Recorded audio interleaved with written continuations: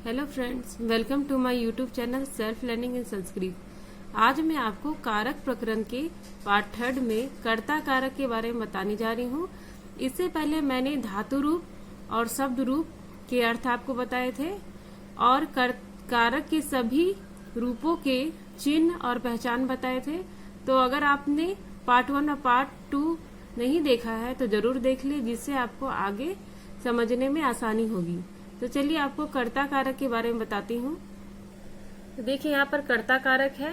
तो कर्ता कारक का जो हिंदी में अर्थ होता है वही संस्कृत में भी होता है। तो वाक्य में क्रिया करने वाले को कर्ता कारक कहते हैं, मतलब जो क्रिया करता है वो कर्ता कारक है। तो यहाँ पर अब देखिए इस वाक्य में पहला क्या है, महात्मा कुटीरे वसति स्म। तो इसमें कौन कुटीर में रहता है, तो महात्मा। तो यहाँ पर कर्ता हुआ महात्मा। दूसरा में देखिए सज्जनः सत्य मार्गम न त्यजन्ति। तो इसमें सत्य मार्ग कौन नहीं त्यागते हैं, तो वो सज्जन है। तो यहाँ पर कर्ता कारक हो गए सज्जन। थर्ड में देखिए सत्पुरुषः सर्वविधम सहयोगम करोति। तो सभी विधि से सहयोग कौन करते हैं, सत्पुरुष, इसीलिए सत्पुरुष कर्ता कारक हुए। यहाँ देखिए तव सुंदरम गृहम अपश्यताम। तव का मतलब होता है वे दो के लिए तव का प्रयोग होता है, और अपश्यताम मतलब देखा। तो उन्होंने सुंदर घर देखा। तो यहाँ सुंदर घर किसने देखा, तो उन्होंने, तव। तो यहाँ पर कर्ता कारक क्या हुए, तव हुए। इसमें देखिए नदी वसुंधरायाः सौंदर्यम अस्ति। तो वसुंधरा का सौंदर्य क्या है, नदी है। तो यहाँ पर कर्ता कारक नदी है। इसमें देखिए कृषकः क्षेत्राणि सिंचन्ति। तो क्षेत्र को कौन सींचता है, तो कृषक, इसीलिए कर्ता कारक कौन है, कृषक है। तो समझ गए होंगे। चलिए इससे रिलेटेड मैं आपको क्वेश्चन सॉल्व करने समझाती हूँ। देखिए यहाँ पर सारे जो क्वेश्चन है वो कर्ता कारक से रिलेटेड है। तो चलिए पहला क्वेश्चन मैं आपको सॉल्व करने के लिए समझाती हूँ कि यहाँ पर है देखिए क्रीड़ा क्षेत्रे धावंती।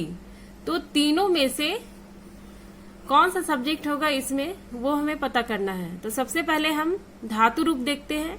तो यहाँ पर क्या है, धावंती है। तो चलिए धावंती किसके लिए प्रयोग होता है वो पहले देखते हैं हम। देखिए मैंने आपको पहले वीडियो में लिख धातु का सभी का अर्थ बताया था, वहां पर हम इसी से मदद लेंगे। तो जैसे धावंती में आधा न तो ई है, उसी प्रकार लिखंती में है। तो लिखंती किसके लिए प्रयोग हुआ है, वे या वे सब। तो जैसे लिखंते के लिए लिखंती का अर्थ होता है वे या वे सब लिखते हैं, उसी प्रकार धावंती का अर्थ होगा वे या वे सब दौड़ते हैं। तो हमें ये पता चल गया है कि धावंती का प्रयोग जो हुआ है वो बहुवचन के लिए हुआ है। तो अब तीनों में से कौन सा सब्जेक्ट बहुवचन में प्रयोग होगा, इसके लिए मैंने जो आपको शब्द रूप बताया है और उनके अर्थ, उससे हम सहायता लेंगे। तो यहाँ पर देखिए ये पहला लाइन जो है वो क्या है, वो कर्ता कारक का है और हम कर्ता कारक से ही रिलेटेड क्वेश्चन सॉल्व कर रहे हैं। तो यहाँ पर एक वचन के लिए रामः है, द्विवचन के लिए रामो और बहुवचन के लिए रामः है। राम में आकार लगाकर हलंत है, क्योंकि हमारा जो धातु है वो बहुवचन है, इसीलिए बहुवचन का ही शब्द हमारे क्वेश्चन में होगा। तो चलिए देखते हैं हम बहुवचन में क्या होगा। तो देखिए यहाँ पर जिस प्रकार राम में आकार और हलंत लगा हुआ था, उसी प्रकार यहाँ पर धावका में आकार और हलंत है, इसीलिए तीनों में से कौन सा सब्जेक्ट होगा, ये बीच वाला होगा। तो यहाँ पर हो जाएगा धावका क्रीड़ा क्षेत्रे धावंती। अब जो है नेक्स्ट क्वेश्चन देखिए, इसमें क्या है, ईश्वरम पूज्यति। तो सबसे पहले हम धातु रूप देखते हैं कि पूज्यति, इसके लास्ट में क्या है, सिर्फ ती है। तो चलिए देखते हैं एक वचन, द्विवचन, बहुवचन, तीनों में से कौन सा के लिए ये प्रयोग होता है। तो यहाँ पर देखिए लिखती, ये क्या है, लट लकार का लिखती। तो जैसे पूज्यति में सिर्फ ती है, उसी प्रकार लिखती में सिर्फ ती है। तो ये किसके लिए प्रयोग हो रहा है, ये एक वचन के लिए हो रहा है। तो हमारा जो क्वेश्चन है वो भी एक वचन से रिलेटेड है। तो जिस प्रकार लिखती का अर्थ होता है वह लिखता है, तो पूज्यति का अर्थ होगा वह पूजा करता है, वो एक वचन के लिए होगा। तो देखिए ईश्वरम पूज्यति ये एक वचन के लिए है। तो अब तीनों में से कौन सा सब्जेक्ट होगा ये हमें शब्द रूप से पता चलेगा, साधु होगा या साधुभ्याम होगा या साधवा होगा। तो चलिए हम देखते हैं। तो यहाँ पर देखिए हमारा जो एक वचन है वो रामा है और हमारा जो धातु रूप था वो भी एक वचन था, इसीलिए जो हमारे क्वेश्चन का जो कर्ता होगा वो भी एक वचन में होगा। तो जिस प्रकार यहाँ पर रामा है उसी प्रकार इस क्वेश्चन में सिर्फ साधु होगा, क्योंकि हमारा जो धातु रूप है वो एक वचन है। तो यहाँ पर हो जाएगा साधु ईश्वरम पूज्यति। तो ये आप समझ गए होंगे ये भी क्वेश्चन। चलिए आगे देखते हैं ये क्या है, वार्तालापम कुरुतः। तो चलिए धातु रूप में देखते हैं कि कुरुतः किसके लिए प्रयोग में आया है। तो यहाँ पर देखिए ये द्विवचन में जिस प्रकार लिखता है उसी प्रकार हमारा क्वेश्चन में है कुरुतः, त और लास्ट में क्या है हलंत है। तो इसका हिंदी क्या होता है, वे दो लिखते हैं, उसी प्रकार कुरुता में होता है वे दो करते हैं। तो हमारा जो क्वेश्चन है वो क्या है, द्विवचन है। ये तो पता चल गया कि ये जो हमारा क्वेश्चन है वो द्विवचन से रिलेटेड है, मतलब दो व्यक्ति या दो स्त्री के बारे में है। तो चलिए तीनों में से कौन सा कर्ता होता वो देखते हैं, कन्या होगा या कन्याशु होगा या कन्या होगा। तो इसके लिए हम जो शब्द रूप का मैंने जो चार्ट तैयार किया था उसको देखते हैं। तो यहाँ पर देखिए जिस प्रकार राम का मैंने शब्द रूप लिखा था उसी प्रकार लता का लिखा था। तो हमारा जो क्वेश्चन है वो स्त्रीलिंग है और वो क्या है, द्विवचन है। तो जिस प्रकार यहाँ पर लते है द्विवचन के लिए, उसी प्रकार हमारा क्वेश्चन का क्या होगा, कन्या होगा, क्योंकि द्विवचन के लिए लते है तो हमारा क्या कन्या होगा। तो यहाँ पर देखिए तीनों में से कौन सा होगा, ये वाला होगा, कन्या होगा। तो यहाँ पर क्या हो जाएगा, कन्या वार्तालापम कुरुतः, मतलब दो कन्या बात करती हैं।